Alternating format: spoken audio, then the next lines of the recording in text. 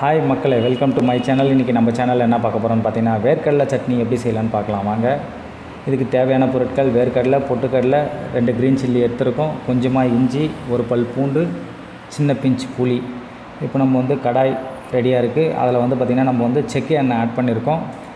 எண்ணெய் ஆட் பண்ண பிறகு பார்த்திங்கன்னா நம்ம 2 க்ரீன் சில்லி ஃபஸ்ட்டு ஃப்ரை பண்ணிக்க போகிறோம். க்ரீன் சில்லி ஒரு 1 மினிட் நல்லா ஃப்ரை ஆன உடனே பார்த்திங்கன்னா இது கூட நம்ம இஞ்சி பொடுசாக கட் பண்ணி வச்சுருக்கோம். அந்த பொடுசாக கட் பண்ணி வச்சுருக்க இஞ்சி ஆட் பண்ணுறோம். இஞ்சி ஆட் பண்ண பிறகு பார்த்திங்கன்னா அந்த ஒரு பல் பூண்டு இருந்தது. அந்த ஒரு பல் பூண்டையும் பார்த்திங்கன்னா 2 or 3 பீசஸாக நம்ம கட் பண்ணியிருக்கோம். அந்த பூண்டை ஆட் பண்ணிக்கிறோம்.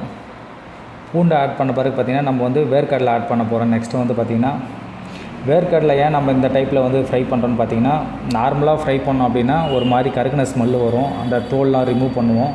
நம்ம அதெல்லாம் இப்போ ரிமூவ் பண்ண தேவையில்ல. இந்த மாதிரி ஃப்ரை பண்ணோம்னா அந்த பச்சை ஸ்மெல்லும் வராது கொஞ்சம் பார்த்திங்கன்னா. அதனால் இந்த மாதிரி நீங்கள் ட்ரை பண்ணி பாருங்கள். இது கூட இப்போ நம்ம வச்சுருக்க பொட்டுக்கடலை ஆட் பண்ணுறோம். பொட்டுக்கடலையும் நம்ம ஃப்ரை பண்ண போகிறோம். அந்த புளியை ஆட் பண்ணிக்கணும்.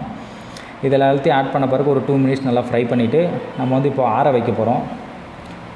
ஆற வச்சுட்டு ஃப்ரை பண்ணி வச்சுருக்க இதை நம்ம மிக்சியில் மாற்றி கிரைண்ட் பண்ண போகிறோம்.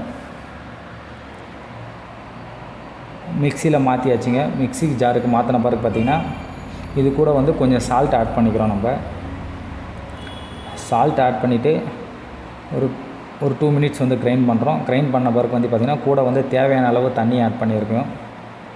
தண்ணி ஆட் பண்ணிவிட்டு மறுபடியும் ஒரு 1 மினிட்ஸ் கிரைண்ட் பண்ணுறோம். சட்னி ரெடி ஆகிடுச்சு.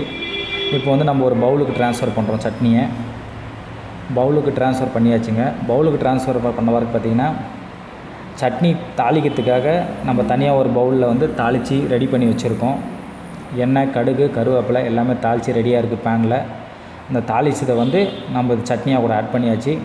நீங்கள் இந்த மாதிரி சட்னி ட்ரை பண்ணி பாருங்கள். வீட்டில் எல்லாருக்குமே பிடிக்கும். எல்லாருமே லைக் பண்ணுவாங்க.